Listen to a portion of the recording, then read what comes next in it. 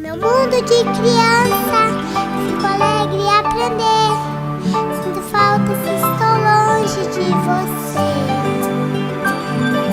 Vem viver, vem crescer, vem de vez conquistar o seu espaço. Sou pequeno, mas meu sonho é maior que o coração. Sou Monteiro Lobato e meu mundo é a educação. Boa noite, final de tarde, boa tarde. Muito obrigada pela presença de vocês.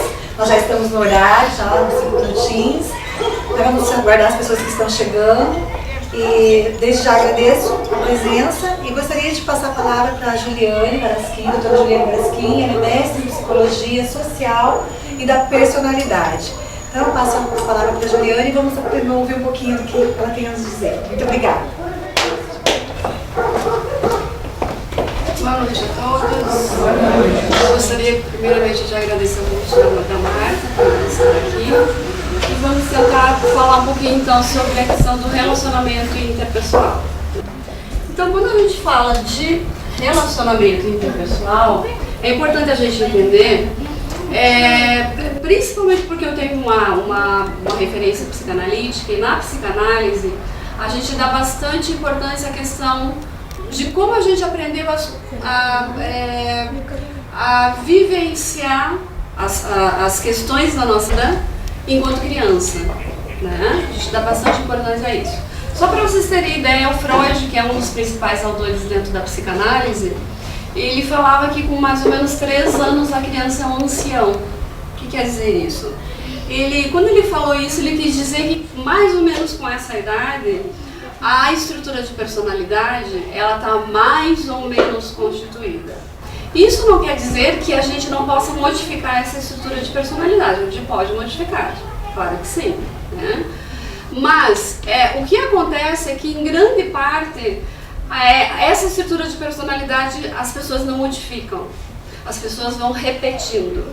E aí é que está o grande problema, né? As pessoas têm muita dificuldade em se modificar, em se transformarem. Tá? Então o Freud ele era bastante pessimista quanto ao destino da humanidade justamente por isso, porque no que ele observava do funcionamento humano, ele dizia que as pessoas pouco aproveitam a disponibilidade que tem, que é o quê? De poder se transformar, né? Então basicamente em grande parte o que acontece? A gente vai montando junto com o pai, com a mãe, com os mais próximos nossos, professora, tudo isso vai nos influenciando enquanto criança.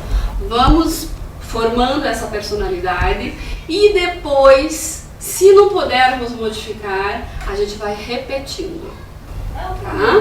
Mas dá para modificar, volto a dizer. A maioria das pessoas não modificam. Por isso que a gente tem tantos entraves aí enquanto relação humana, né? Porque as pessoas não modificam e tem um jeitão de se relacionar no mundo. E esse jeitão de se relacionar no mundo é muito parecido. Esse jeitão, o sujeito não consegue flexibilizar muito, né? Aí que está a doença, aí que está o grande problema. Eu estou me embasando, antes que eu me esqueça, numa fala de uma colega minha de Curitiba que trabalha bastante com essas questões também, e essa montagem, na verdade, quem fez foi ela. Gostei muito, pedi autorização para ela, então, só para fazer referência à construção dela. Então ela diz o seguinte, ela tem um texto de Cirlei Santos, que ela fala o seguinte: o adulto trabalha como a criança brincava e ama como foi amado.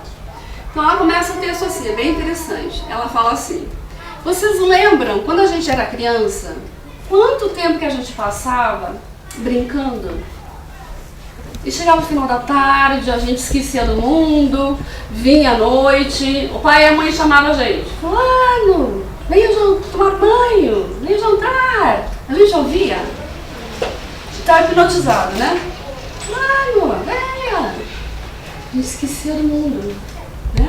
Vocês já pensaram, não sei aqui quem que brincou de castelo de areia, quanto trabalho que dava aquele troço para ser construído? Dá baita trabalho, dava? A gente não ficava naquilo e fantasiava e no maior prazer com aquilo, por que a gente ficava? Tinha um baita de um trabalho naquilo.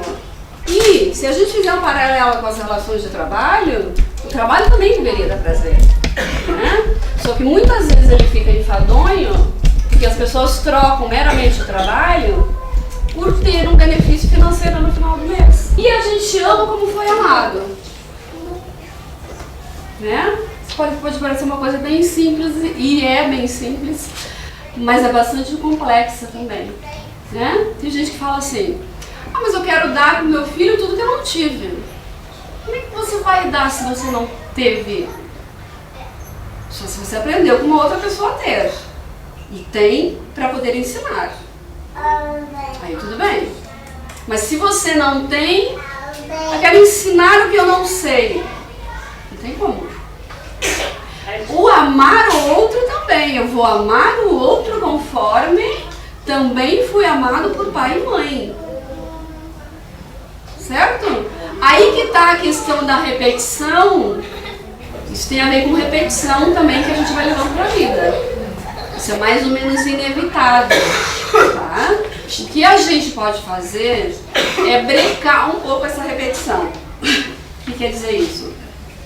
Se eu não tive um amor assim, tão substancial de pai e de mãe, eu posso aprender o que é amor em outro lugar. Né? Só que até eu ter essa noção, não é assim que as pessoas têm essa noção, porque ter essa noção é muito dolorido. É reconhecer acima de tudo que eu não tive aquela mãe e aquele pai que eu achei que eu tinha. Que eu não tive aquele pai e mãe que eu gostaria de ter. Então é desmontar muitas vezes um ideal que eu construí dentro de mim. Por isso que é difícil também. Né? Então a gente vai amar o outro como a gente foi amado. Isso é bem legal como referência também.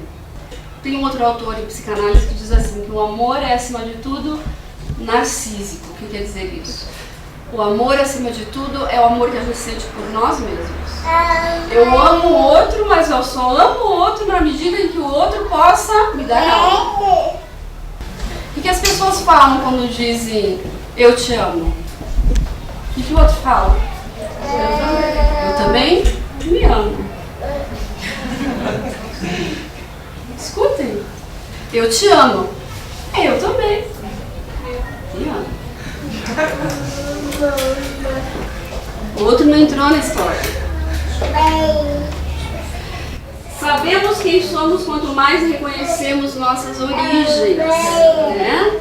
E isso tem a ver, quando eu trabalho com a turma de psicologia lá na FAG, sou professora lá, e a primeira aula que tem de psicologia eu costumo perguntar para eles se eles acham que eles se conhecem, né?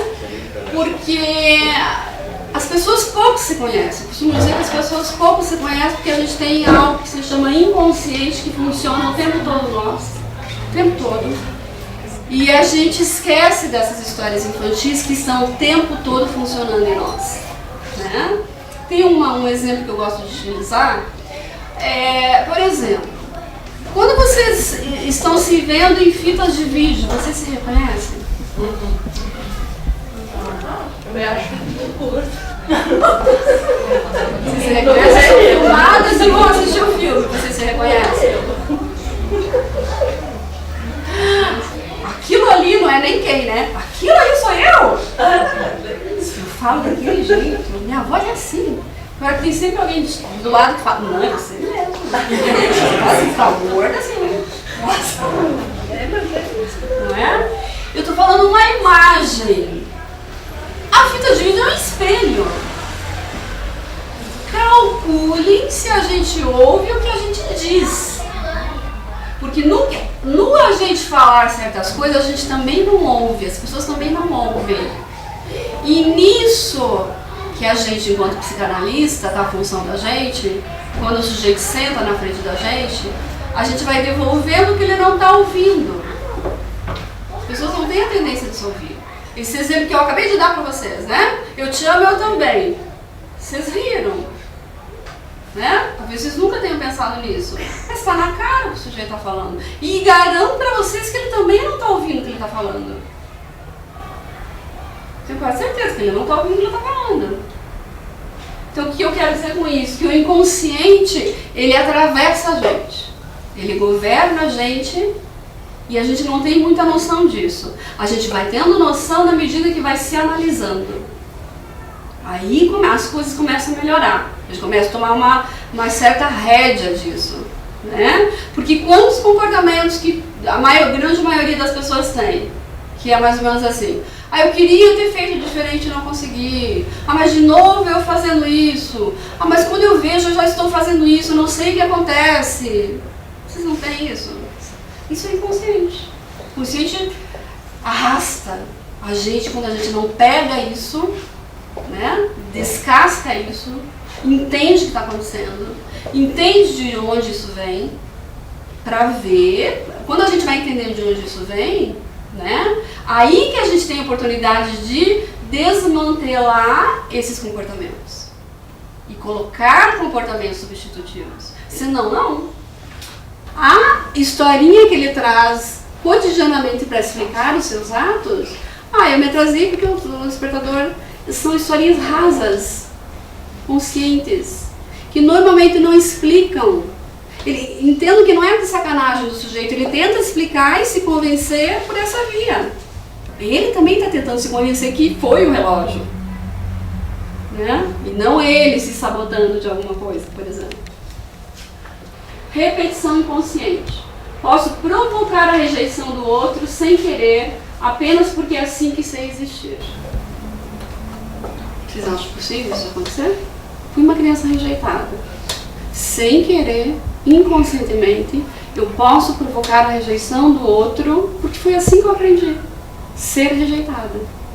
E é assim que eu vou me manter. Eu convivo com uma situação dessa.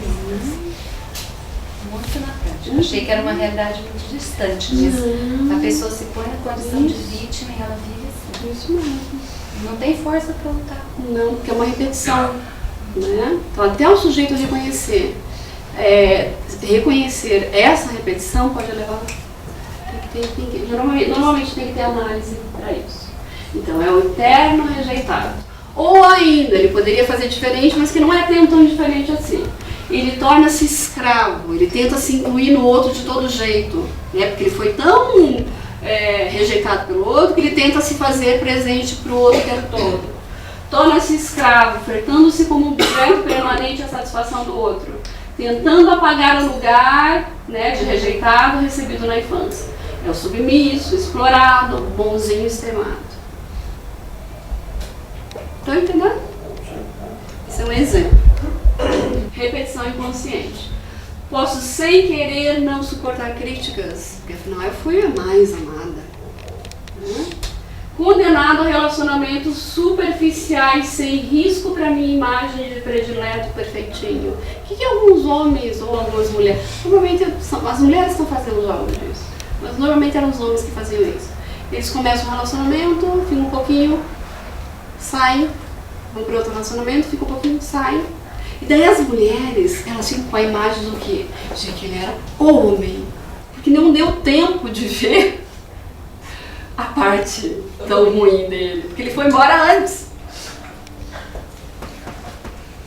Certo? E não é que ele era o cara, que se ele continuasse já viria. Fica atenta. É esse aqui, ó. Ele fica superficialmente nos relacionamentos para que as pessoas não vejam as suas cacas. Né? Para que ele não perca a imagem de predileto e perfeitinho. No entanto, tem algo muito ruim porque ele não se aprofunda nas suas emoções. Né? Ou ainda, posso aproveitar isso e posso ser alguém amado por muitos, pois sei dar o que recebi. Eu pego esse amor que me foi dado, dou esse amor para as pessoas, posso receber, enfim, faço algo bom com isso, algo melhor com isso, mais progressivo para a minha vida. Né? Então, a intensidade e a variedade das experiências vividas determinam o estilo das pessoas que hoje somos. Sou Monteiro Lobato e meu mundo é a educação.